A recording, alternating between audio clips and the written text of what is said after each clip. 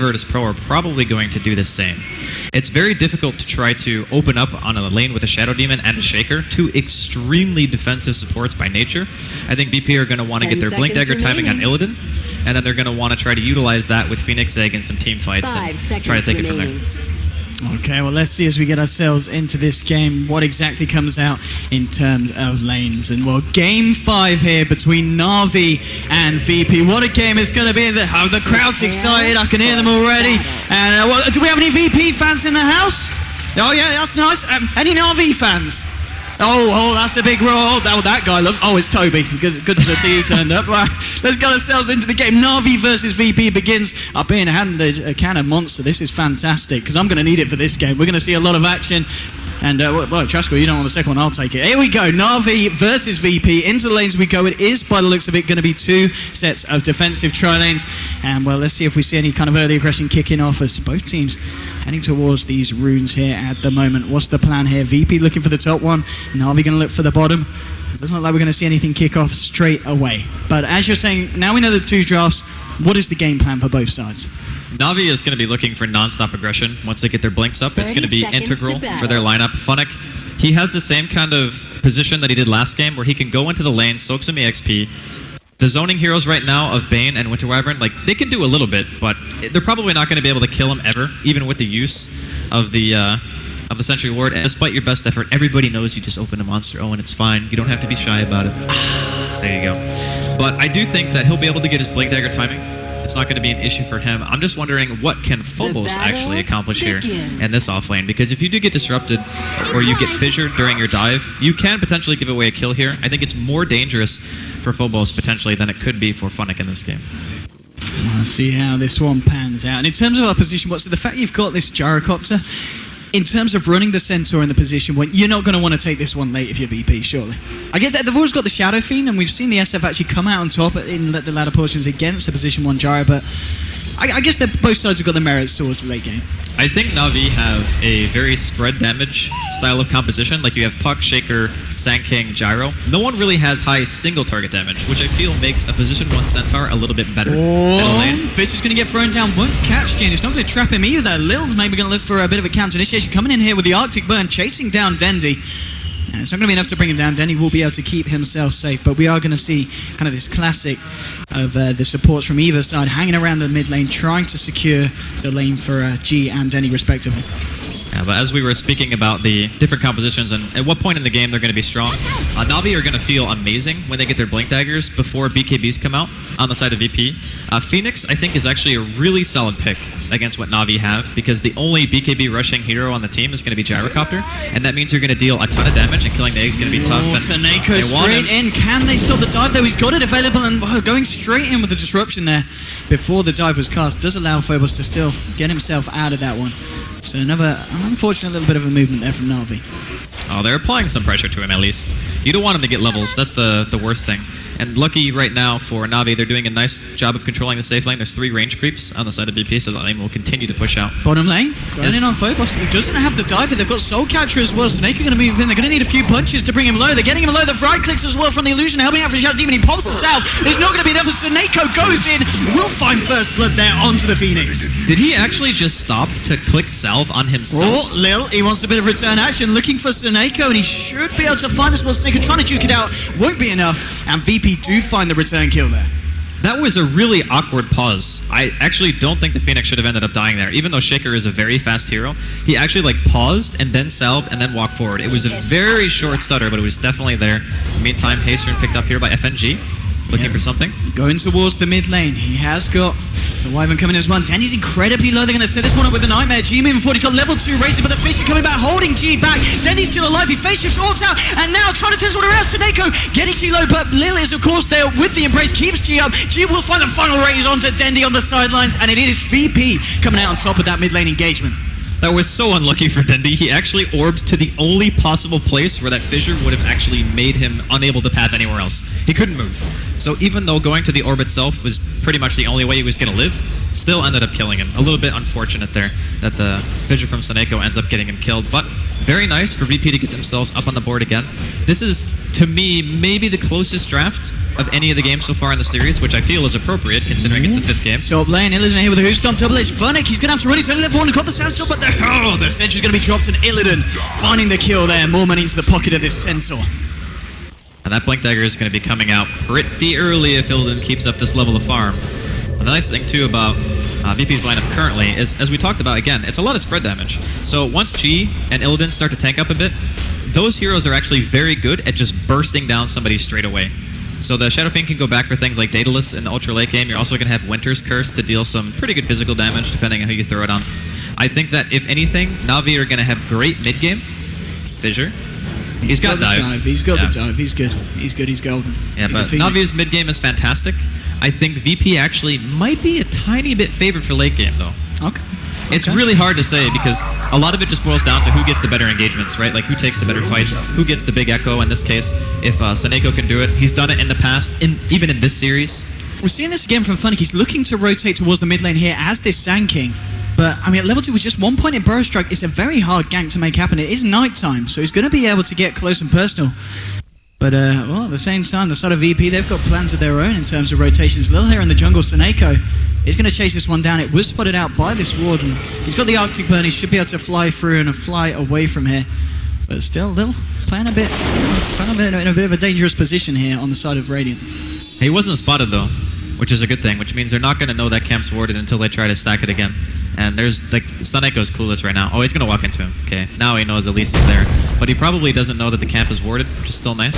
Good block. He's figured that the Arctic Man, of course, isn't available, so Lil's going to be stuck for a bit, but as you said, it is just Seneko here trading punches, and Lil will be simply able to walk away from that one. Denny was moving in as well, seeing if they could find a fight. Top lane, there's going to be the Burrow Strike on Illidan, but, well, Funnick's going to be careful. The Nightmare coming out, and they might try and turn this. It's only level 2 Funnick, and Day's going to get blown up straight away by the Who Stomp double edge combination. Dendy coming in with the rotation, so he wants to try and find a return kill, but being held back there, he won't be able to follow through the orb. And, well, even though Denny comes up in, not able to find any kind of return action favouring the side of NaVi, and VP, yet again, finding themselves another kill, 4-4 at the moment in the laning stage. And in terms of CS as well, slightly favouring VP also. Not even just slightly, a lot. And Dendy just transitioned to top to try to get a kill. G's left to his own devices in middle lane, leading the CS, 33 and 15. Dendy's only got 19 creep kills right now, which is a pretty standard thing to happen in a Shadow Fiend versus Puck matchup. If for whatever reason you end up getting picked in that 1v1, the Shadow Fiend just auto-wins the lane, unless you have outside help. And right now, Funnick can't really help him, because as you already mentioned, he was very low level, just at level 3 a couple of seconds ago. And the Shaker doesn't really do enough damage on his own. So VP have been very proactive about punishing this mid matchup and giving G the position that he wants to play from, which is being very far ahead, because he's great at bullying when he knows he has the advantage. Indeed, well, G's going to be happy, continues to farm there top lane. Funnick's got to be careful, Illidan moving in. He's now level 6 as well. So, of course, they do have this Stampede initiation if needed. And it's going to make these rotations harder for the side of NaVi, but NaVi! They will find Phobos there, following up with the Rocket Barrage damage there on the bottom lane. That's a big kill. You really want to get Havos as farmed as humanly possible in this game. Because of the fact that 2 lanes are losing, not super hard, but they're definitely not winning for the side of NaVi. Like your top lane, your middle lane, they are struggling at this point. You need to have something good going for you. And outside of the fact that Funnick managed to get level 2 Sandstorm, which will allow him to start farming the woods, that's a big thing for NaVi. Funnick's Blink Dagger in the previous match solidified them the mid-game win, in my opinion. Just like single-handedly with like massive furrows, good epicenters, all that. Kind of carried them very easily into the late game and eventually just toppled over Virtus Pro. I think his Blink Dagger timing is going to be just as important, if not even more important, because they actually need it this game. Whereas last game I felt like their draft was just superior. Well, last hit wise, and you were saying it earlier, Shadow Fiend looking pretty scary. It's going to only continue that way. Top of the net worth board at the moment, and G clearing out these jungle camps as well. Looking very, very good for the Shadow Fiend. That's going to give the space as well for Wyvern in the mid lane to work his way towards that level 6. Now, right now it's pretty quiet. I think both teams are just content to sit back and do their own thing. G, I'm not sure if he's going to opt to go for the mech build this game. I think mech is actually very good against a team that's almost solely comprised of spread damage. Like we've brought that point up a few times so far, but I think it is important to keep people remembering that this NaVi lineup is built around fighting 5 versus 5, not about killing like very farm single target heroes. Top lane, they really want to go for it. They're going to send Dendy up as well. They'll set this one up here with the disruption. Call down, Vincere, everything coming down. And the Stampede is not going to save him. And NaVi there with the rotation, taking down the Sentinel. That's 4 heroes though, man. You just sent 4 heroes to the top lane to kill 1, and now you're going to have a couple of heroes getting some solo experience. That leaves Phobos safe in the off lane, that leaves Lil safe mid. You're still making a trade, even if you kill that hero. So keeping him away from the Blink Dagger, I think that's still a good call. And in fact, it's very common for Illidan to do this on a lot of heroes, by the way. He buys a casual Ring of Health. Now, I'm not sure if he's going back for the Vanguard, but I really hope he's not. I think that Blink Dagger is way too important to kind of skip over this game. Bottom lane, VP moving in onto the tier 1 at the same time. NaVi applying pressure to the top. They wanted to find something else on top of the kill that they got onto Illidan. And it looks like they might just do that here, bringing down this tier 1 on the top lane. A bit more gold for Vost as well if he's able to get that final touch in. Fortification coming out from the raid. The question is, do NaVi try and defend this bottom lane? So Nako's there on his own, and now with the Nightmare, he's going to be in a bit of trouble. He needs some help if he's going to wish to stay alive, and well, nothing's going to come. They're just going to let Nako go there as he falls on the Earthshaker. I think it's fine. In the grand scheme of things, NaVi killed the tier 1 first, and they ended up killing a carry, whereas VP were only able to find a support. So, gonna exchange towers at the end of the day. It's not too bad for NaVi at this point. Their blink timings are so important, and Funnick has been left alone this whole time. We talked about how a few minutes ago he was level 3. Now he's halfway to level 7 pretty much after this creep wave. Look at his gold as well. I mean, coming up to 1700, it's still going to be a very respectable timing on his blink dagger if he doesn't die. Yeah, and it's super important for them too. If they can get some momentum going off that blink, then you can also get Dendy his blink too, which he's even farther away than Funnick, given the fact that he did get ganked in that middle lane, and then his first teleport rotation, he did it prior to being level 6, so he wasn't even able to punish Illidan for the kind of sorta dive they did on that tier 1 top lane. So I think this is going to be the go button for NaVi once Funnick has that item up, and they're even prioritizing the Sonic Shaker getting level 6 too. So they will have a lot of tools available to them very soon to start turning this game in their favor. Denzi, it should be fine. It's just Phobos coming in. He's got nothing to control the puck, and Puck's able to get himself away safely. G coming in terms of his farm, closing towards that good old mechanism. He's very close to it. Just a recipe short, so it's going to be a very, very quick timing for him as well. But Vost, well, maybe not if Vost can chase this one down. Now, G's got a haste read. He's fine. We'll be able to get himself out. I guess he baited out the rocket barrage. No, but I mean, that was just him looking for something. He had a high ground ward inside of the jungle, so maybe he was looking to see if he could line up a Raze or two. He might have been able to kill Vost if he had been on point, and the rest of VP coming in. Smoking up, they're going to stampede for us. Straight away the Fiend's Grip onto Sineko. If they find it, they'll certainly find the Earthshaker kill. The question is, can they get anything else here? Looks like the rest of NaVi have got themselves out, and let's have a look at Funnick. Has he got that blink? Nah, he's going to get it now. Moves into the side shot, will be able to pick up the blink dagger, and consequently hide himself in the trees. So it's just an Earthshaker they stake down, and the fact that Funnick isn't stopped on what is a road to a very quick blink. 11 minutes in, we can start to expect to see NaVi looking for the plays now. Very interesting to me that Illidan actually goes back for the Vanguard. Like, he actually completes the Vanguard. Now, I know it makes you extremely tanky, and NaVi's team, most of their damage output is magic right now, and with the mech and a Vanguard, you're kind of unkillable, and maybe they're just saying Stampede is enough of an initiation tool right now, and they don't actually need the blink to make sure they can take fights. It's just a very interesting concept. Like, maybe he even forgoes it completely and goes back for pipe. I feel that item is ridiculous against NaVi's team. Like, 10% extra magic resistance and the 400 absorb would be huge against this Epicenter, the oncoming Earthshaker ultimate that's going to be soon, hopefully. I think he's like 25 experience away from 6, yeah. So Neko will be able to have that, and you have Call Down. Like, everything on the side of NaVi is magic right now. And top lane as well, Dendy trying to just find some farm. 1700 gold towards his own blink dagger. And he has got the backup now. Jara, they're going to go for this one, dropping the Dream Coil straight away. The Cold Embrace will be there to buy a little some time, but it's not going to be enough to protect him against the amount of damage that NaVi have, as they do find the Gloves of Wyvern. FNG TPing in, as well as the Phoenix diving forward here. Phobos, of course, does have... No, he's not quite got the mana, in fact, for Supernova, so they wouldn't have been able to do anything anyway. NaVi are able to back themselves out and get away with taking that kill for them. The more and more I see how VP are playing this, I kind of have this sense of they want to actually just try to out-tank NaVi's lineup. Like, having Stampede as a disengage tool is fantastic, but Puck kind of... He doesn't counter it, but it's annoying. Because if you get coiled and you Stampede, you actually can't run anywhere. unless you have BKBs up. But we actually know for a fact that G is going to be making his way towards BKB soon. Maybe he just buys it after the mech. Maybe he waits one other item in his progression. And Illidan will likely pick one up at some point too. And in that case, the Stampede becomes very useful again. But until that point, it's going to be anyone's game. Just comes down to the fights. Dendy's now got the Blink Dagger on the puck. Yeah. So in terms of initiation with that and the Sankey in house, Seneca doing well. He's got 800 gold, so he's working towards it. Still quite a way to go. VP are looking for Roshan here. They're probably down to half health. And the question is if NaVi know about this or want to try and contest it. And doesn't look like they have any intention of closing in on this soon. So VP should be able to get away with this. And this is a big thing for them too. Just being able to get it off the map. I mean, Navi's team's not really great at killing Roshan, if we're just being honest. And maybe part of the Vanguard choice was to be able to tank it up like Illidan is right now. He didn't take much, if any damage, really, from tanking that. But very nice to get G with that Aegis at this early stage in the game. I think it makes it much less likely that Navi are going to be able to take a team fight in general, even with the use of the Blink, unless Funnick's Epi is so good that he just kills like 2 or 3 heroes in the back.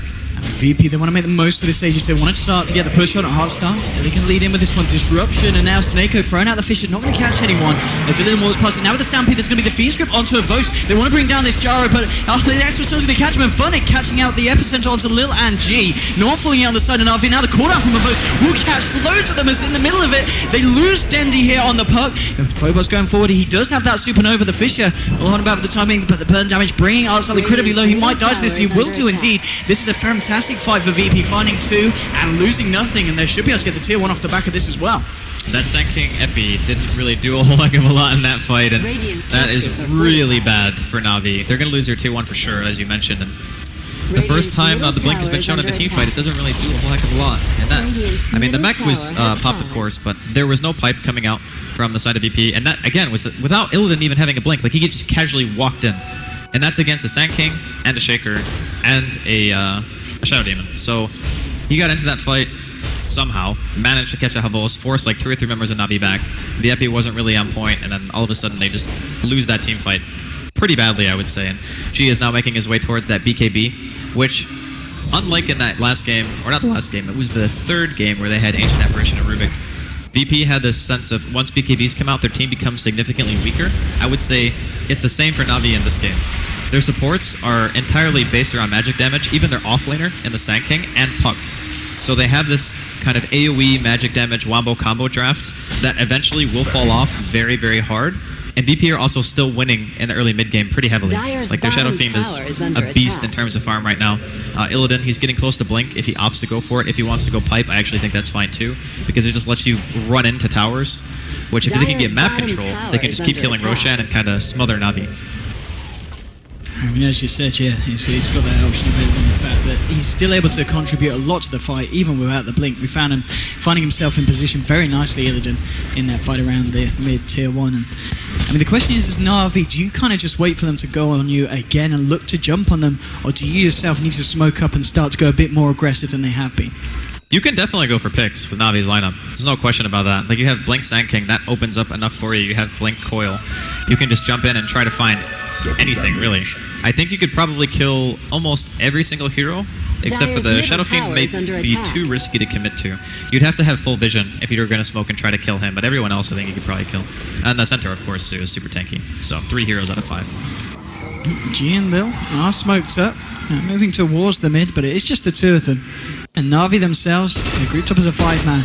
A little bit too hard for the side of VP to fight in with just the 2 of them. Navi need time. They need to get the Shaker Blink too, I think. That's maybe the most important one. Because of the fact that BKBs are going to be coming out soon on VP, they need an immediate lockdown outside of just the burrow, so they can make sure that Epi actually deals damage.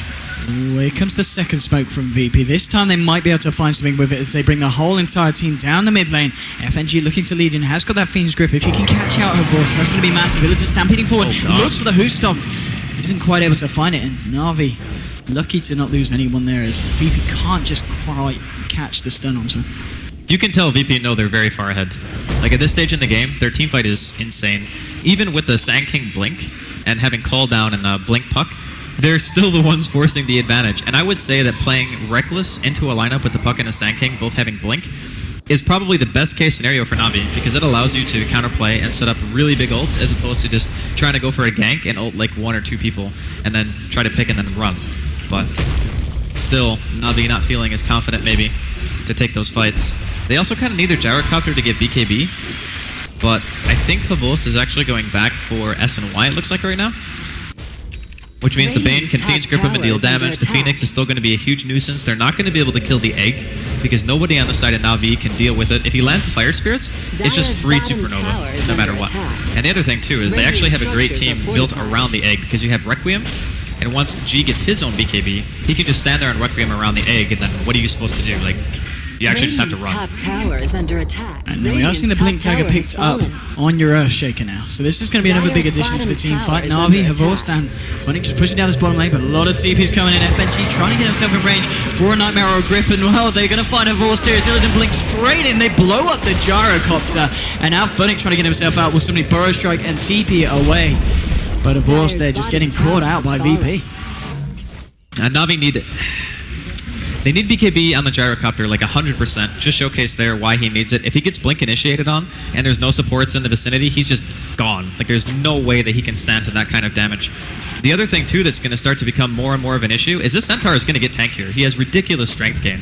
He's already up to another 1,000 gold after his Blink and his Vanguard. G is going to pretty much be following suit. He's highest farmer in the game right now. If that keeps happening, and they both get BKBs, or maybe even Centaur goes back for a pipe at this point, then you're not going to have the single target damage to kill them. It's going to be very similar to the Lycan, where no one could deal with him when NaVi picked it.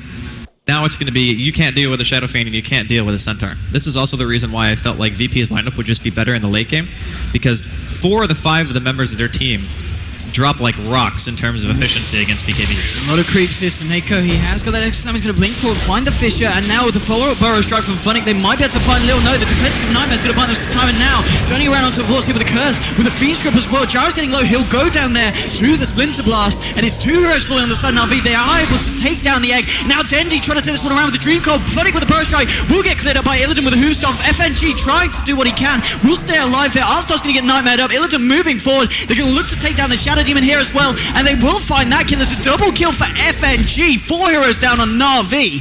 And VP, again, they only lose 2. Everyone dying bar the perk on NaVi. What a fight there. As Virtus Pro just proving that they are ahead, and they're going to use that to the best of their advantage in these engagements. It actually looked like they were going to turn that potentially, because as soon as they kill the egg and full boss goes down, I was like, oh, okay, they actually can maybe turn this, and then all of a sudden you realize, oh, right, we still have the rest of our team. You actually only managed to kill an offlaner and 1 support, and the rest of your team is pretty much dead. So if Dendi hadn't committed to that, I would even say that it would have been a more lopsided exchange. Yes. Maybe like the Phoenix definitely wouldn't have died, because they wouldn't have had enough auto attacks to kill the Supernova, and VP would have crushed that even harder. So I think NaVi actually got away with a decent fight, considering they're very far behind. The gold exchange is the big thing, because when you're as far behind as NaVi are right now, taking even like 2 for 4 or like 3 for 2 or something like that, not in your favor of kills, is still benefiting you in terms of golden experience, because, you know, comeback mechanic is a thing. But here comes a rotation once again from VP. Indeed, looking for them. They don't have the Curse available to lock him down, but with the Stampede, trying to find themselves in a position to take this fight. They're chasing down Dendi here, but Dendi, he's out of vision and he's out of finding time. And Neko as well, just able to blink out into the trees. Looks like VP this time won't find anything there. And NaVi have to be manning their panic station soon, I think. How far away is that Shaker? Okay, he has Blink. So this is actually very good for NaVi. With the Blink Dagger, they can force fights on their own terms, even with the, like, I guess, pretty big deficit of golden experience that they have right now. It's only around 5k. This is actually a very similar lead to what we saw game number 3, VP stomping with. This was a very, very similar lead, but I would also say that their lineup is better suited to transitioning into the later stages of the game. But with this, NaVi, they actually have a chance for fights now, which is a really good thing for them. They have triple Blink, and they have 2 very good disables, and a lot of AoE on top of that. All the TP's coming back now. Now we're going to smoke up straight away, but it's dispelled by FNG here with his Glimmer Cape, trying to get out his Fiend's Grip. Won't be there. Arstar's got the disruption to break it up, and now going in, they might be able to find the FNG there. Will they find FNG here on the bait? And now Dendi Blink forward. There's your Echo Snap for Seneko. 3 heroes dropping. It's a double kill for Funnick. Illidan trying to try and clear against the Hoostomp and the double edge onto the Force. They'll bring down Arstar as well. They do find 2 in return. Seneko's able to get himself out. Dendi and Funnick, but now Funnick with the epic enter onto Phobos. Fissure for Seneko. Dendi goes in with the way rift. It's only controlling him here. Funny's gonna have a burst strike in a bit at the double edge. Bringing it into low, he finds himself a kill, but he's gonna pay with his life. It's a team wipe as VP hit the decks and NaVi turn up to the fight in full force. Okay, Funnick is a god. Like, he comes in, he burrow strikes into fog to hit 2 more heroes, just assuming that people would be standing there. Like, what kind of game sense do you actually need to be able to pull off plays like that? That was unbelievable. The fact that they were even able to take a fight that convincingly, straight up, he wants to do the feed script, but then he says, no, get your hands off him. Blink's still there with the waning rift, gets himself back out with the orb. And FNG won't find anything there today. And, Danny says, thanks for the regen, Mr. RNG. And, well, 11 to 16. We're going to see the graph ticking in a bit, and the side of VP will have certainly lost a considerable amount of the lead that they had. We talked about the wombo combo, man. It's there. And if you give the opportunity for NaVi between having that Funnick Sand King and Seneko on the Shaker, they will find it if you get too far out of position. I'm blown away that even in this position, NaVi are able to take these types of fights. And I mean, they're making it a game.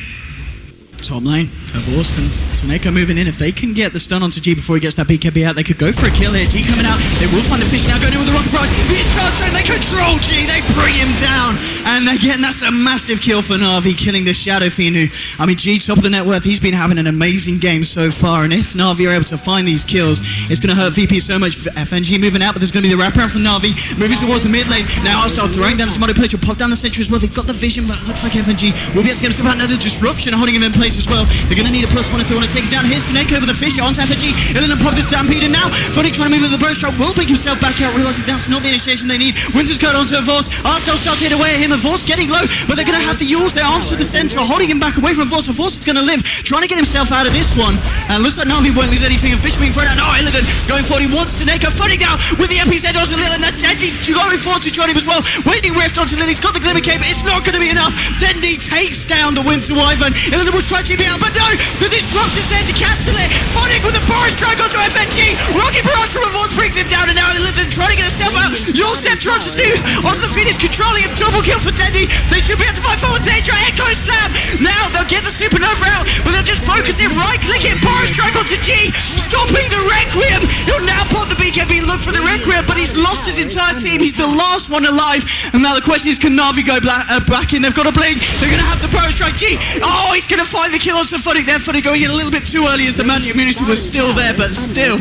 What a fight again against VP. The massive difference in gold and XP swinging in favor of NaVi, and so many things in that fight going absolutely perfectly for NaVi. The way that NaVi take team fights in these situations is just like mind-blowing. They kite out VP so badly with their mass blink daggers. We're going to see a rotation here. Yeah, he's going, oh, nice pick away. But that team fight just shows that even in these circumstances, when you have heroes with high mobility, you can bait out every single ability from the enemy team and then just come back in. You see the big epi coming in from here, even with the Glimmer Cape. It's not enough. Lil ends up dropping, and they can re-engage as many times as they want. They're abusing the puck mobility. They're abusing the Sand King. They just kite it out. And eventually, VP just gets split up. All these heroes are by themselves. Illidan was alone. FNG was alone. And Lil was alone. And at that point, that's where NaVi want you to be, because they know with these mass blinks, they can find the initiation. And unfortunately, right here, when they threw out the Supernova, there were no Fire Spirits out. So that egg had no chance of living.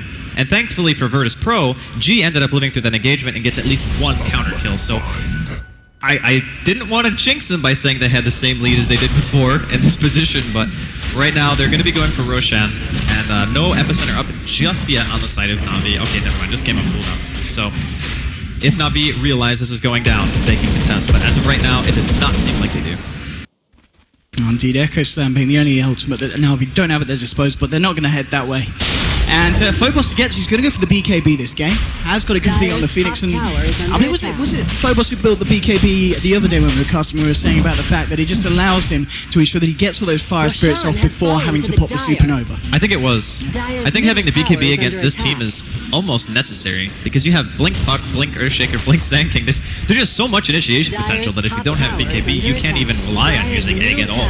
So I think it's a very necessary choice coming out from him. Top lane. Well, Wyvern's going to TP in. Winter's goes onto Dendi, trying to set something up, but Seneko's there with the backup. Dendi's just going to be able to orb out, and nothing going to be achieved there by that Wyvern. They're going to pop the Stampede as well. They really want to look to fight, but Seneko's already TP'd out from the tree line. Vorst and Dendi, they're just running away, and VP unable to find anything there, and the full 5-man being forced up to the top lane, which is going to give the space for Funnick to get his push on the bottom lane.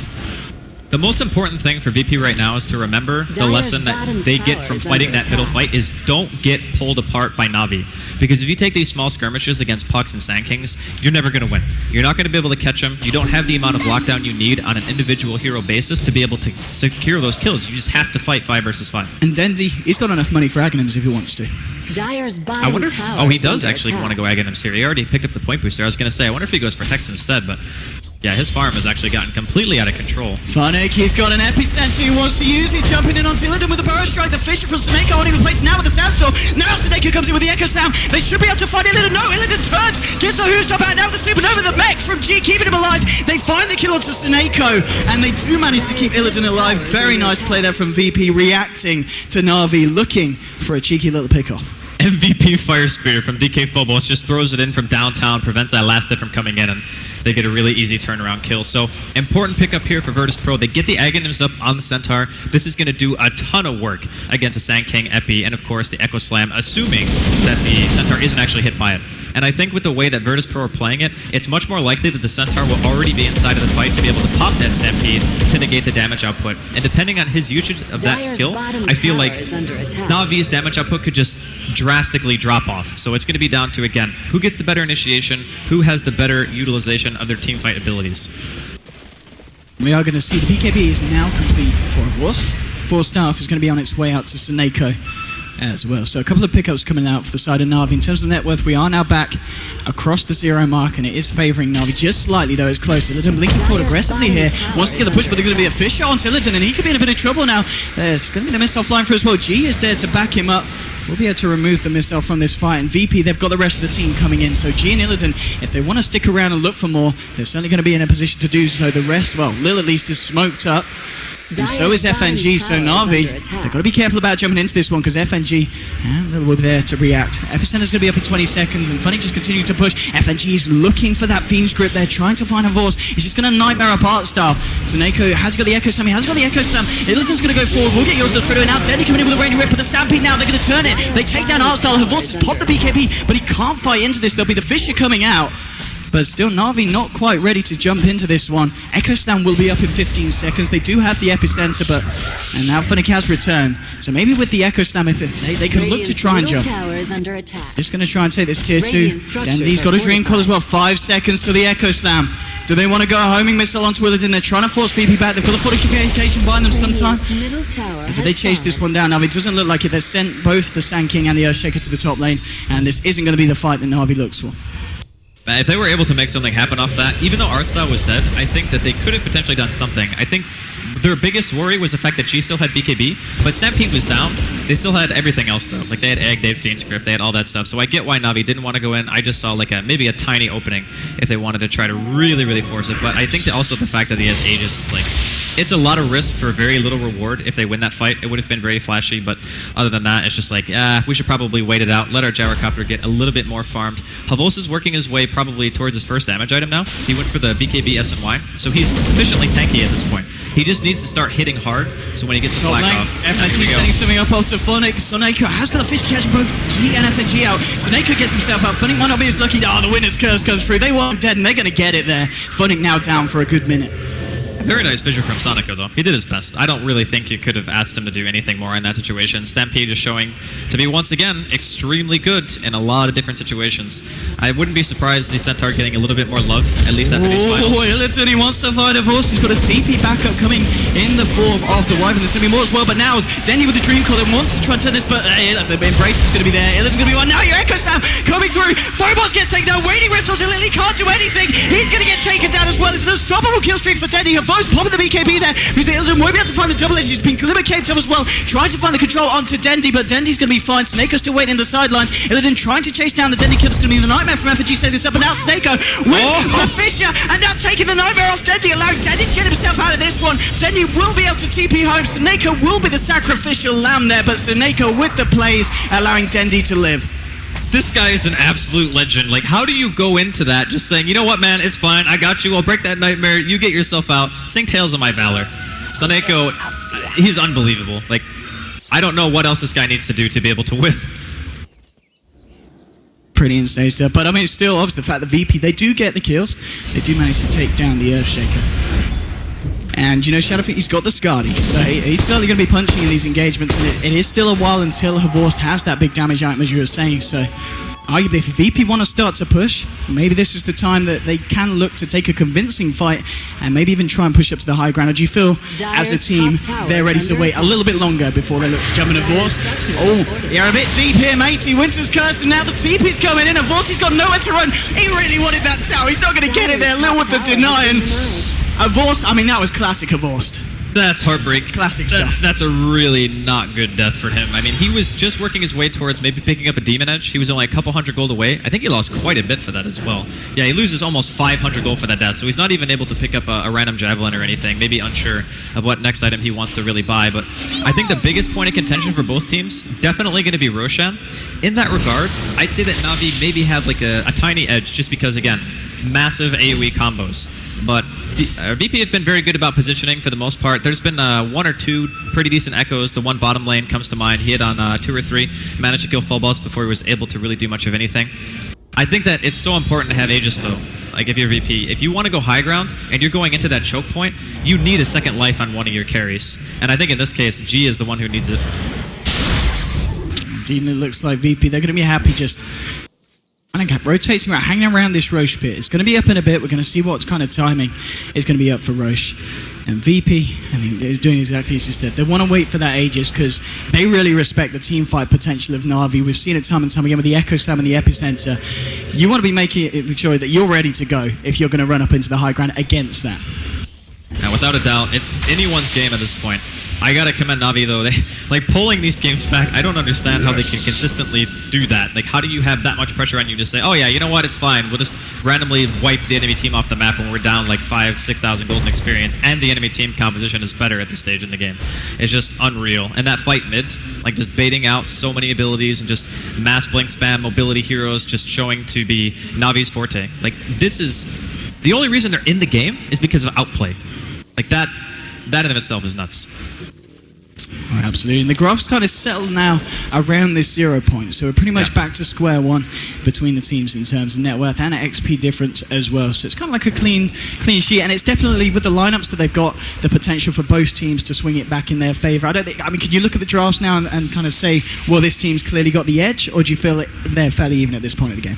I feel it's very reliant on item progression from the Gyrocopter and the Shadow Fiend. So for example, SF is going for crit rate. So they're going to have very high single target damage output even through BKB, whereas Havorst, he's still working his way towards that first damage item. Now, he could opt to go for Butterfly. That would also be a very good choice if he sees the Crystallis top lane. And Yul moving forward, Phobos is going to go in there, but there's Yules to hold him back. Dendy needs to be careful because FNG is around.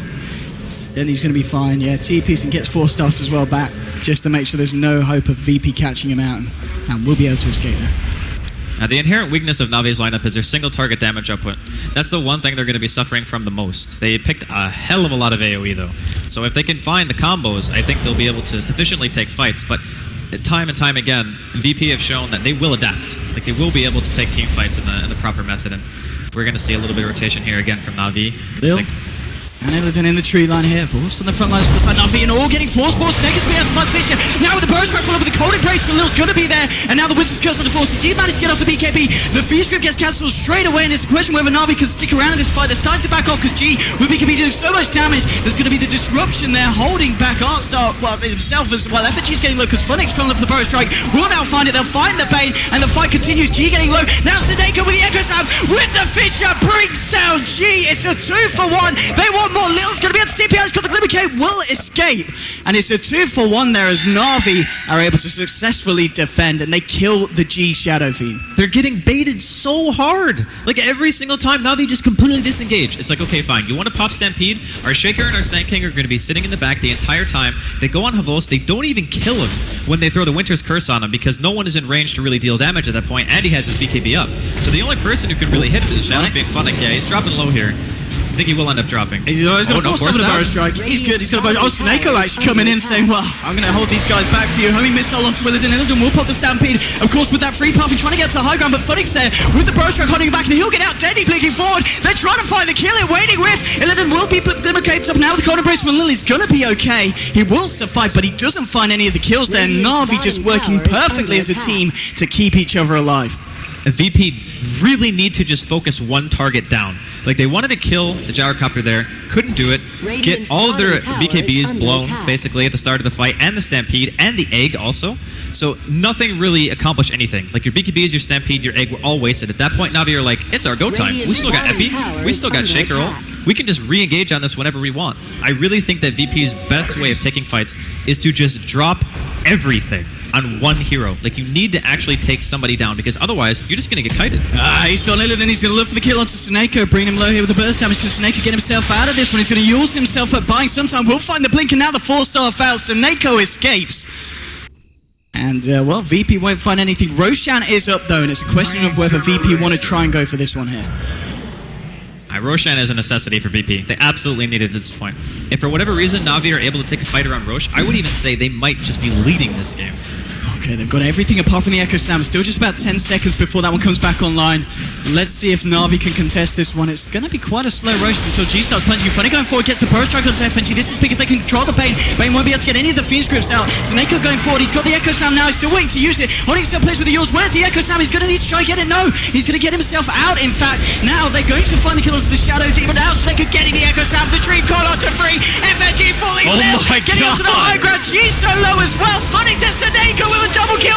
Funny with a triple kill, working together perfectly to wipe the side of VP, and now Roshan is left open.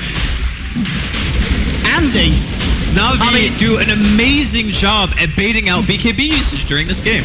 Like, that is the only reason they're winning these team fights. Every single time VP pop BKB, they pop Stampede, they want to go for someone. That art style disruption onto the Shaker actually won them the fight, because it allowed the Shaker to actually walk into a position to get a much better echo than he would have otherwise. Like, if he had to panic echo, he might have hit like one hero with the BKB on, and that was going to be G. But after that, he walked inside, he hits 3 with the damage, 2 with a stun, gets 2 heroes killed straight away, and then the rest of the team fight is just fun at coming in with the epicenter and taking out G. Like, this is just insane performance from everyone on the side of NaVi. They're on the same page, all of their fights are perfectly coordinated, they know exactly what their game plan is. This is insane. You look at Vorce now, I think that was him just picking up a complete, That is going to be the MKB coming out for Vorce. He's going to have that ready for the next fight. Dendi, how's he doing on that old Cypher Vice progression? Well, he's got the ultimate orb, 2.5k gold towards that as well. Now let's have a look at the side of VP. What are they looking forward to getting out? Well, they're wanting to try and find that Daedalus, of course, onto the Shadow Fiend. They're coming up to the 2k on top of the Crystallis. Still a bit of time and a while until they get that one online. And so far, I mean, VP, they've got to be so careful about the fights they're taking, because, I mean, as you can see on the net worth board at the moment, massive swings, and it's getting to that point again where NaVi are pretty much finding the lead that VP had themselves in the early game. VP are already kind of past the point where you have your honeymoon 10-second BKB phase on G, right? So it's already at 7 seconds. It's going to be down to 5 sooner or later, and that means that NaVi's supports and their epicenter, their echo, their coil on Dendi as well, it's going to come back into full effect, basically. And even with 10-second BKBs, or 8 or 9, NaVi's been able to very adeptly kite out the draft of Virtus Pro. And I think it's very interesting that a team with Centaur is actually just getting kited every single time. NaVi are just... they're outplaying at every single opportunity. Well, talking about the plays, NaVi, they're going to be looking for them here, smoking up and making a rotation towards this bottom tier 2. Maybe seeing if any kind of reaction comes from VP in an attempt to defend it. VP themselves, all around this top lane is a 5-man. They're going to start moving towards this. Maybe they feel that Havorce is on his own. They're going for the Havorce bait. You know, we've seen Havorce out on his own a numerous amount of times. Maybe VP are going to assume that Havorce is looking for the Havorce bait. He's on his own. So they jump on this. It's so obvious, actually. Yeah. I really don't think they're going to go for this. Yeah. I mean, if you look at their lanes right now, no one's even farming a single thing. I think VP know better, so they're just going to go ahead and fall back. It would have been a cool thing to see if VP actually fell for that one, but at the end of the day, looks like both teams are going to fall back into some passivity. I'm just like blown away. Like the performance from both teams. Like VP are not really playing bad. It's just NaVi are playing really damn well. Can't argue with that. And here comes the push from NaVi. It's their turn to try and go on the aggressive, and let's see what VP can do in reaction. We've seen time and time again VP have tried to push themselves, and NaVi been there with the jump onto them. How good's VP's high ground defense in your opinion? It is very, very good. Yeah. Like you have Bane, you have Winter Wyvern, you have Egg. There are a lot of tools at your disposal. I think NaVi excel fighting in open map fights like this. They might want to go. Lil and Phobos are smoked up. Divorced on the front. They've got Fennec on the high ground. Who's going to make the first jump? Phobos moving forward, just chucking out the Fire Spirits. They've got the Stampede as well if they want to try and initiate. with the way the fights have gone, maybe they want to hold on to that in case the fight goes bad and they need to disengage. Illidan just in the tree line there, looking for a jump, but at the same time, Funnick on the sidelines. Both heroes just waiting to catch someone out, and this is a very, very tense part of the game, Andy. Funnick is a beast. Here comes the burrow. He's going to find the burrow strike. He gets himself force-staffed out, dodging the Hooston from Illidan. The Stampede will be popped, and now the Finisher onto Force, but the disruption from Artstyle is going to break it. Force is going to be able to fight back up in there, which now Sadeko with the Echo Stables FNG, and Lil now going in full force. The corner's going to come down on the wall. They have put the Supernova here. Dream calls onto them, and it's actually NaVi losing the fight here. They've lost the Aegis onto the Force. They've lost Sadeko as well. Funnick's going to drop as well, and it's time for VP to take a positive fight. They're going to almost certainly bring down a Force here as well. 4 heroes dropping on the side, and NaVi and VP proving they've still got the team fight to bring to this game. I think the big difference in that fight than everything else that we've seen so far is NaVi committed so many heroes at the same time. Like, Funnick didn't even end up getting his epicenter off because he felt like he had to go back in, even pop the cheese, and then he just gets chased down by Phobos. So instead of it being that fight around the river where you have 2 heroes on high ground with blinks, they actually have both of their counter initiation heroes just committed to the fight immediately, and you're not going to be able to kite out your BKBs because by the time you get out of the fight, you're already dead. So VP actually take a very favorable engagement in the most adverse of circumstances because they had Aegis up on Havos. I might try and break the base here. Big Iron pickups coming out for Dendy. He's now got the completed scythe. BKB's finished though for Illidan. They do still have this epicenter. Well, Funnick going to go in for the burrow strike just onto 2. Walks himself back out. Dendy, how long until he's got that Dream Call available yet again? It's going to be 16 seconds or so. Well, VP, they want to take the racks here going forward. What can NaVi do to stop it? There'll be the Fisher coming out onto 2, and he kind of follow up coming out. Doesn't look like it for the time being, and VP might be able to clear these ones out. They're going to find the range tracks in the mid lane. They're looking for the melee as well. It looks like they don't want to stick around. Now, Horst is going to be back up in 5 seconds or so, so realizing, you know, before when they've tried to break the high ground, it's not gone too great. With the full 5-man, NaVi should be able to defend. I think it's a right call to back here. I mean, Havos isn't going to buy back for a range tracks. He might not even have bought back for the melee, even if it was in danger, just because it means if you buy back to defend that, and then you die one more time, VP either get the next Roshan, or they just push another set of racks, and that's just way too much of a risk at this point. Although, wait a minute, they had 2 tier 2s. Okay, maybe he could have bought back, but maybe he felt it was fine either way. Range racks isn't a gigantic deal either way. We're 44 minutes in, close to 45. You can easily deal with those creeps at this point, but I think the most important things to note now are the fact that Illidan now has his own BKB, which is really key, because now he's not going to get bursted down by the huge AoE damage that's coming out from the side of NaVi, and most of the time, the supports, like, he's got a lot of health, right, like 2800. He's up there with G in terms of overall tankiness, and speaking of, he's actually got a Daedalus now, too.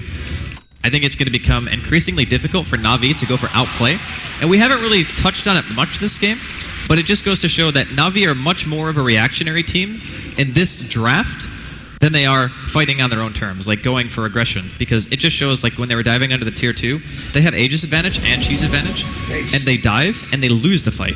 But whenever VP are walking into them, NaVi always have the advantage of having their Sand King and a Shaker in a much better position to get ultis off.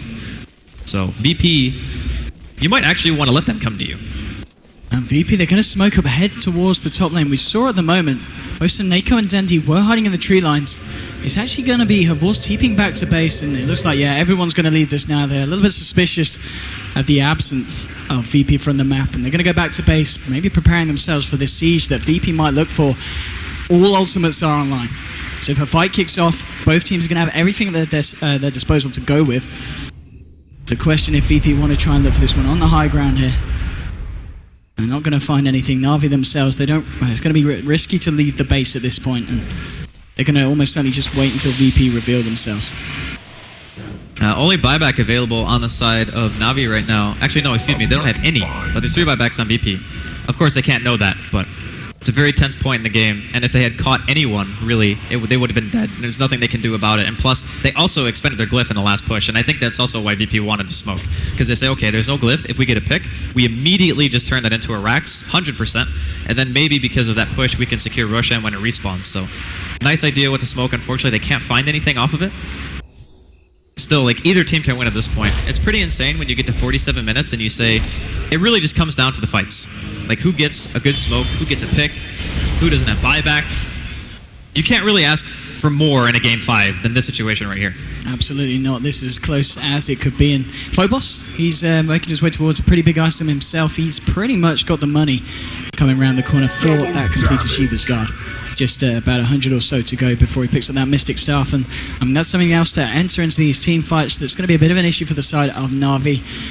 Naka, he's hanging around here in the trees. He's going to see them come forward, and it's a question of whether NaVi want to try and get themselves in position to fight this. It's not going to be the case. Naka's just going to keep himself hidden top lane.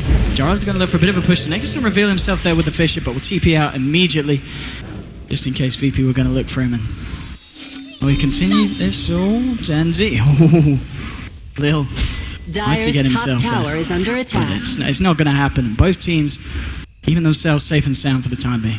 You can tell, like, from the posturing of both teams, like, no one really wants to fight 5 versus 5 unless one of them uses a smoke to initiate.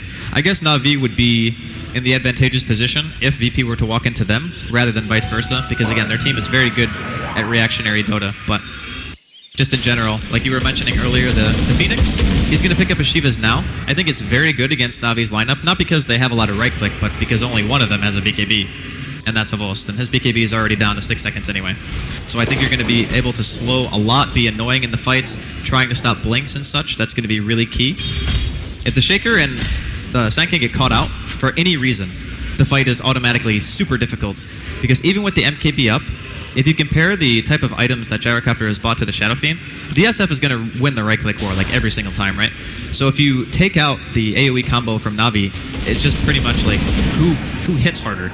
And I think it would actually be VP in that case. But again, it's a very hard situation. Like, how do you find both blink supports before anything happens? And, well, the next point of contention could be the Roshan. It's going to be up in just under 30 seconds. Last time, of course, we saw NaVi take a very, very positive team fight for the side around the pit. VP just hanging around. They really want to find this Aegis, and either team, once they get it online, it's going to be time for the push. And well, FNG, he's a nice guy. They're apologizing straight away, and we are back off there. I always wonder when you have pauses that are that short, what actually happens. Maybe like his headset fell off or something. Because we can't actually, we're not facing the stage, right? So we can't actually see them. But the old 5-second pause. I think vision is also very key at these points in the game for obvious reasons. Like the later you get, you don't want to be blind playing in a 50-minute game, right? But both teams pretty much have an equal amount of warding and around the same areas. I guess VP's warding is a little bit more aggressive, but being able to have vision for the right initiation can be the make or break in these late game situations. Indeed. Well, Illidan getting forward here. Then is he going to try and go for this? No, he's just going to throw the orb out. The rest of the side of VP are around. Be a very tricky fight for the side of NaVi to take in and keep themselves safe. Back up, and Snake just sticking around here in the tree line. Roshan is indeed up. Was scouted out by the side of NaVi, so they know it's available. And they'll almost certainly be prepared to fight if VP decide to go for it themselves. Neither team can give this up for free. Like, I think you actually have to fight this. VP have already showed that they have the potential to go high ground. Even though NaVi have tier 2s, they might be able to delay long enough to get the Aegis off of G, but you don't want to give it away for free. I think that is not the play. There are boots of travel available on Snako. It's going to be coming in now.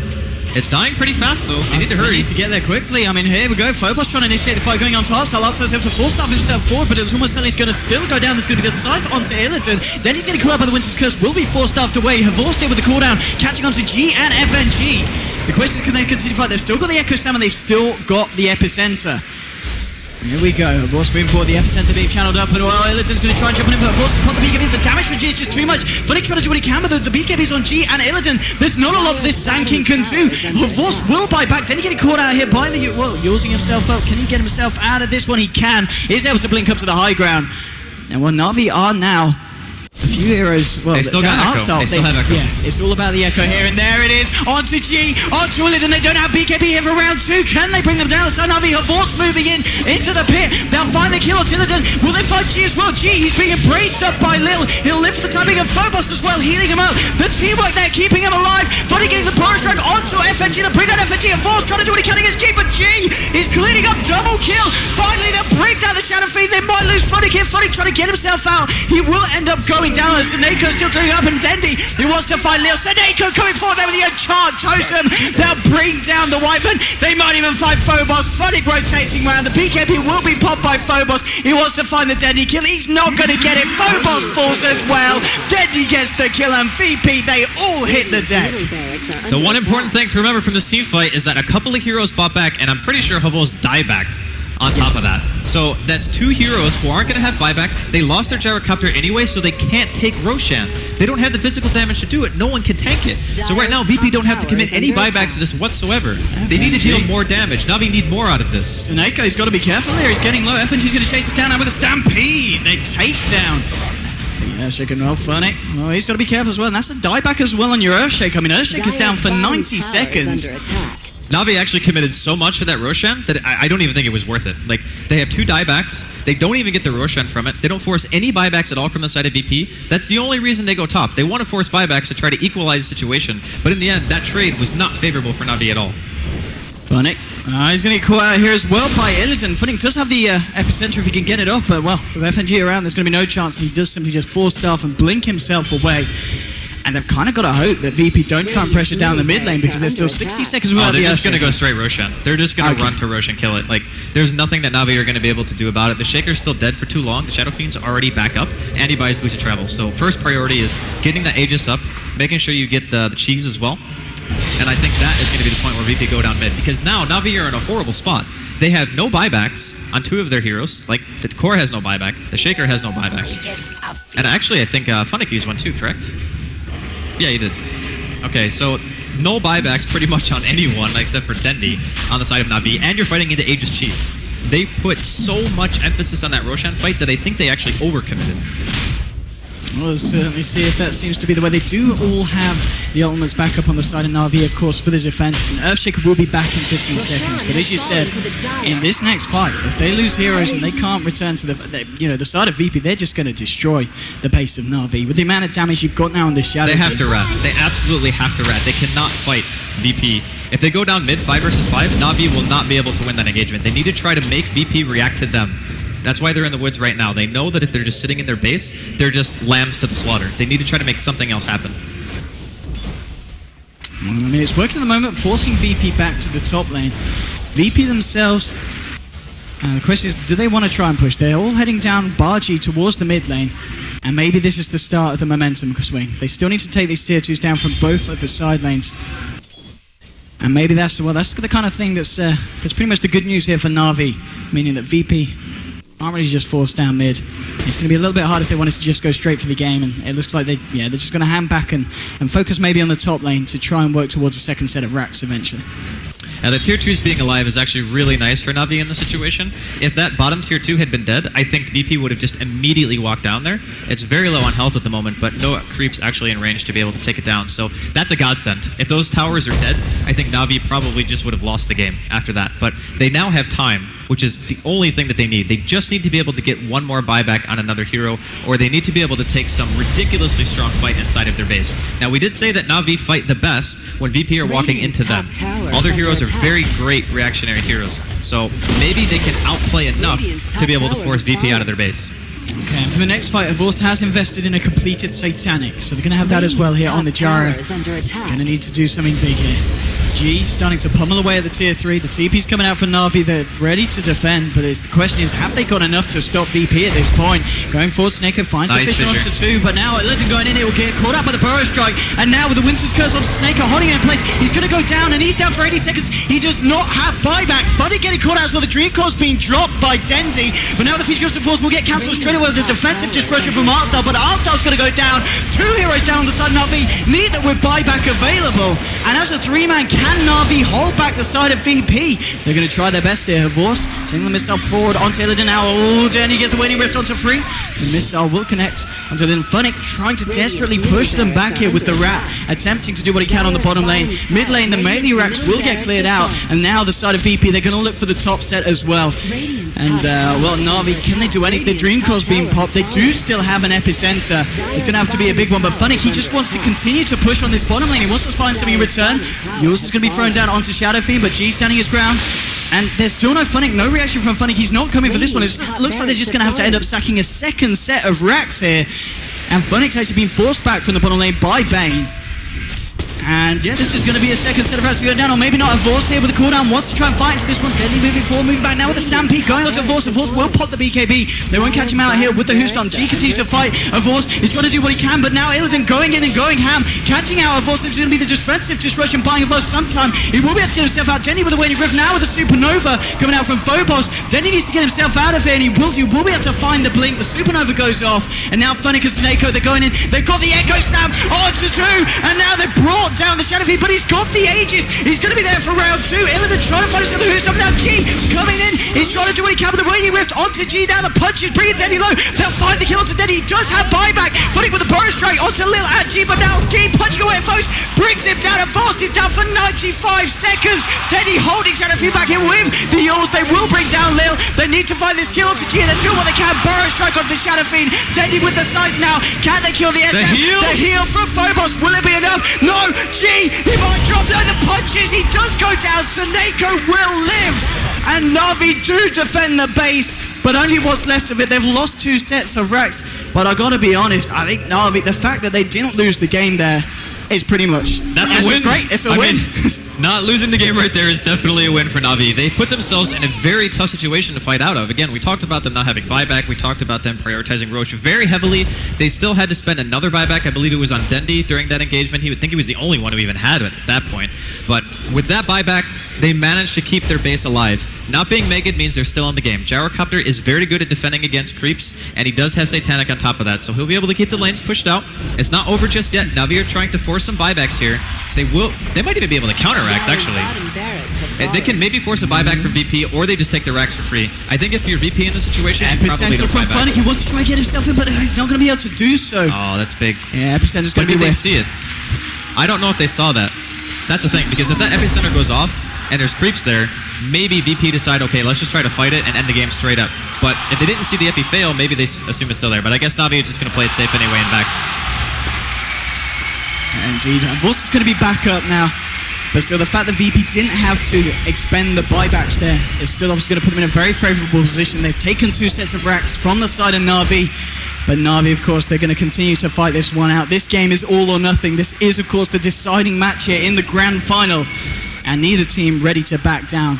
But NaVi, of course, in not a great position now. We're going to just have a quick pause here. But, I mean, Andy, what a way to finish an incredible tournament. I can't handle this game, man. My heart is just like, every single time I watch NaVi fight, and I'm like, oh god, I don't think it's going to work. And then they manage to make it work throughout the entirety of the mid-game. It gets to the 60-minute mark, and all of a sudden you're looking at this lineup and you're saying, okay, they're buying back. They're really going hard on this Roshan, and then you realize, even though they defend it, it's like, wait a minute, you have no Gyrocopter, what do you do now? You actually just have to watch the enemy team respawn slowly while you've expended multiple buybacks to this fight, and you can't really utilize it at all. I don't know what else to add. I gotta say, like, from Virtus Pro's perspective, they started out the series amazing, they go 2-0, and then NaVi, they just bounce right back. They win 2 games in tandem, and what else can you ask for a finals? I think this, like, I'm not trying to be biased, but I actually think that this is one of the better finals that we've seen in a very long time. No. I do. I honestly do. Well, it's a... Just the games and how evenly matched the teams are. Yeah. This, I mean, VP obviously are in a very favourable position at the moment. I mean, NaVi, we saw them there. I mean, at that fight, the fact that they were able to control the heroes of VP is very impressive. During the mid-game, NaVi played phenomenal Dota. Yeah. Like, you can't, even if they ended up losing the entire series, you can't take anything away from them in this game. Like, they fought insanely well. Having the blinks on all these heroes, like Dendi and Funnick, and even Snako, like, all 3 of these guys just completely out of their minds this game. I think any other team in this particular situation would have crumbled under the pressure that Virtus Pro were applying to them. And I think that it takes a very special kind of team to function under that kind of pressure and still put up this much of a fight. Indeed. We do apologise for this pause here. It looks like we're just waiting for Avost to return so we can continue with this game. But, Eddie, what a game it's been so far. And well, let's see if VP will be able to push NaVi over the edge and take this win. They're going to need a bit of a kind of a miracle defense, I kind of feel, the side of NaVi. They're going to need something NaVi special. are the team of miracles, man. Well, a lot of stuff has happened this game that I was not expecting. True, that's fair enough. And yeah, Hubo's now returning to the game. He's setting up there. Oh, there we go. We're getting ready to get the show back on the road here as the teams do return to their stages. And yes, Andy, yeah, you're having a good time. I'm having a really good time. That's good. That's good. Just wanted to check. This has been one of my favorite series to watch in a while. And I mean, I also got a chance to watch them play yesterday, too. So when I saw the series of the winter bracket finals, I was just thinking in my head, I wouldn't be surprised at all if we had a repeat for the grand finals, and here we are. So not only do I get to cast them with Sinner, I get to cast them with you. Aww. Yeah, sentimental moments. Such a flirt. Yeah. And here we go. We're finally ready to get the game back underway. And let's see if NaVi have it in themselves to stop VP. Let's have a look. What's the kind of gold lead looking like for the side of VP now? So it's gone back over to 7.5k. Not a huge amount an hour in, but just the fact that they've got 2 sets of racks, though. That's why I'm trying to emphasize the fact that even though they're down 2 sets of racks, the lead itself isn't really that big. It's just the racks difference. And honestly, they even opened up the bottom set of racks on the side of VP. So NaVi, if they take 1 or 2 good engagements, they can very easily force some buybacks out of VP, kind of turn the tables a bit. Gyrocopter is getting to that kind of critical mass stage where he's just an absolute monster to try to take down. Although, of course, we see G, and then we say, oh, wait, he is also a monster. He's got 6,000 gold to his name right now and a double damage, but unfortunately, no Roshan going to be spawning to be able to use that. I mean, for the side of NaVi now, is it just a case of waiting for VP to push again, or can they afford to go out the base and look to smoke up onto VP? If you're VP, I think you wait for Roshan, and if you're NaVi, I think you have to fight Roshan again, but it seems really difficult. Having the best case scenario for NaVi, I guess, would be VP trying to push in to your base before Roshan even spawned. But I don't know if VP are going to commit to that kind of an engagement. They might go for the tier 2 bottom, and then they might just wait out Roshan for the safety and just saying, okay, we can get another cheese, we can get another Aegis, and then even if NaVi had buyback, we might still be able to take the engagement going high ground. So, I mean, it's really nice for NaVi that this tier 2 is here, because it gives a buffer. Instead of VP just being able to poke the base, there's actually a little bit more wiggle room between the time that VP are going to be able to get that tower and actually go high ground. Indeed, I mean, G himself, what does he go for as the final item here? I imagine I was going to save up for the fact that he wants buyback as well, but what can he 6-slot himself as? He can get like AC, he can get Butterfly. There is already an MKB up on Pavos, so maybe he wants to go for AC. Maybe he even just goes Moon Shards. Oh, it is? Yeah.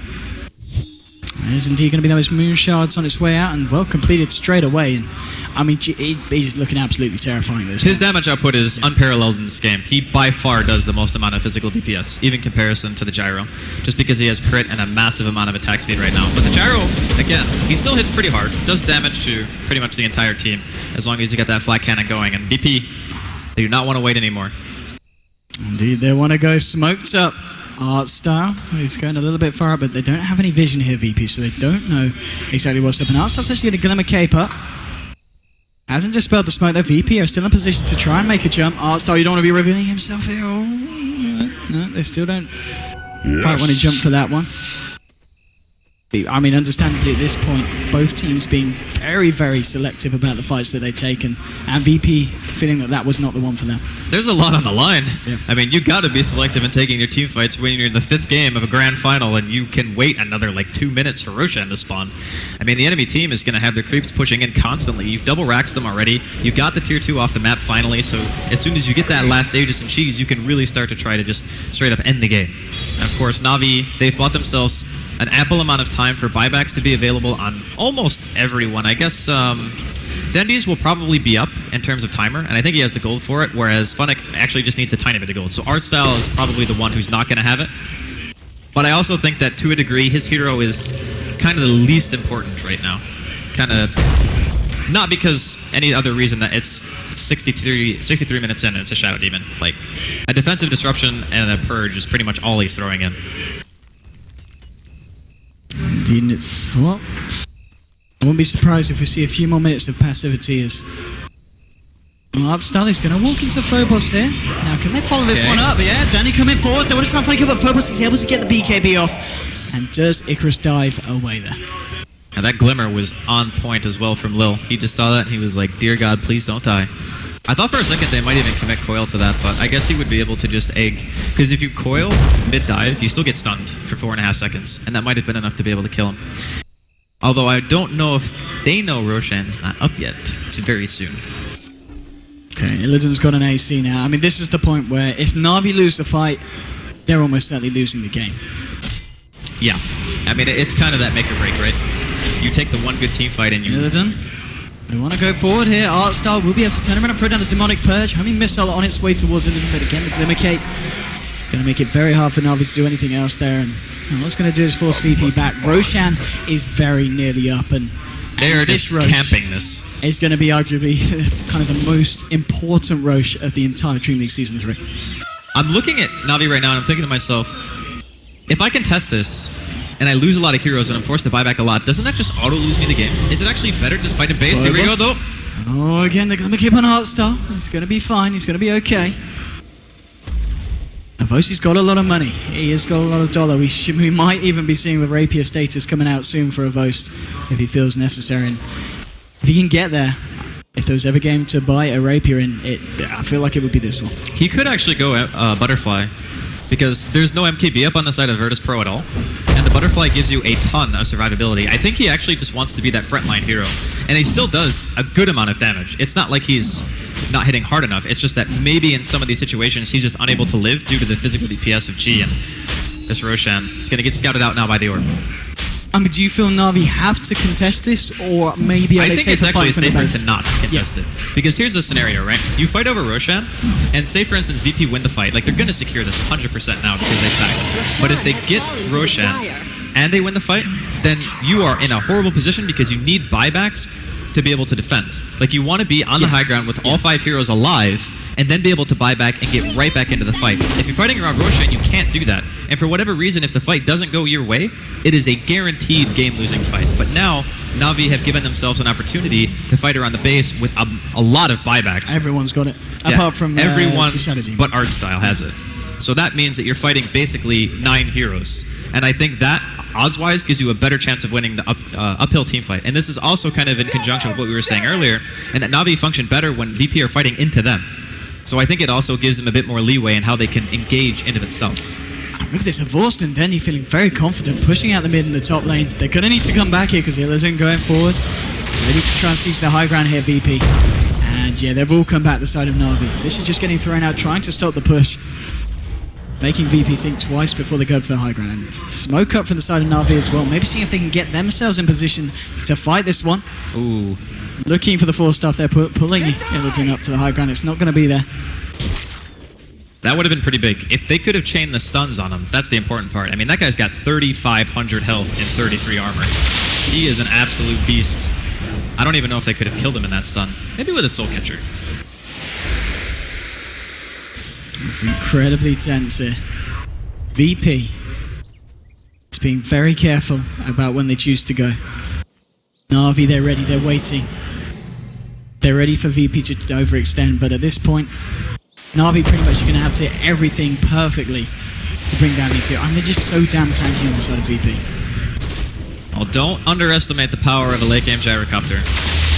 He is going back in for that Chrysalis. Not going to go well on the Rapier, but he doesn't damage. Illidan, he wants to go in out here with the Stampede, the Hoostomp. BKBs are being put up with the defensive disruption by sometimes Snake. Supernova coming out for the side of VP. Avos poses BKB trying to go up against Illidan. No one dying as of yet. The side of Navi getting low now with the Supernova stone catching out Avos. Avos getting low, gets himself 4-star back, but Illidan here with the Stomp will fight 2. Double kill for your Central Warrior. Now Avos will buy back. Arstar will not be able to return to his fray. Denny coming forward with the Waning Rift onto Lil and FNG. Now Avos trying to do what he can with a flat cannon, but G, he's just got a superior amount of damage, and he'll just force to back right up. The homing missile will fly forward onto Illidan, will connect now with the Fisher onto FNG and G. And Vorst still trying to do what he can, but G now has been glimmer caved up, and now turn attention to the tier 3, and now onto the racks as well. Denny, what can he do? Well, he's got to back himself up as the Arctic Burn flies through for the Winter Wyvern. G's looking to make a creep to FNG, trying to find a nightmare, but he won't find it now. Illidan finds the stop to Sneko. Snake's going to get pulled down. He does have buyback. They still have Epstead, they still have Echo Stab, but now they've lost Dendy. Dendy will buy back for this one. Burst Strike on 2. There's your Echo Stab for Sneko. They'll find the Fisher as well. They break down the Aegis on the Shadow Fiend. Lil will drop as well. Can they kill this SF a second time round? G, he's got the BKB in for round 2. Illidan will get that made up, but look at the right clicks here from G. It's too much. Her force is now die back. They won't even kill Illidan. It's a double kill for G. Make that more triple kill. GG has been called, and VP are your DreamLeague Season 3 champions. I honestly can't think of a better way for this series to end. You can tell how happy VP are right now. Very well-deserved grand finals. They take 2 games against NaVi. Looked like NaVi were starting to fight back. They had really good drafts in game number 3 and 4. They bring it to a 5th game. They fought tooth and nail for this victory. I don't know what to say. This is absolutely insane finals.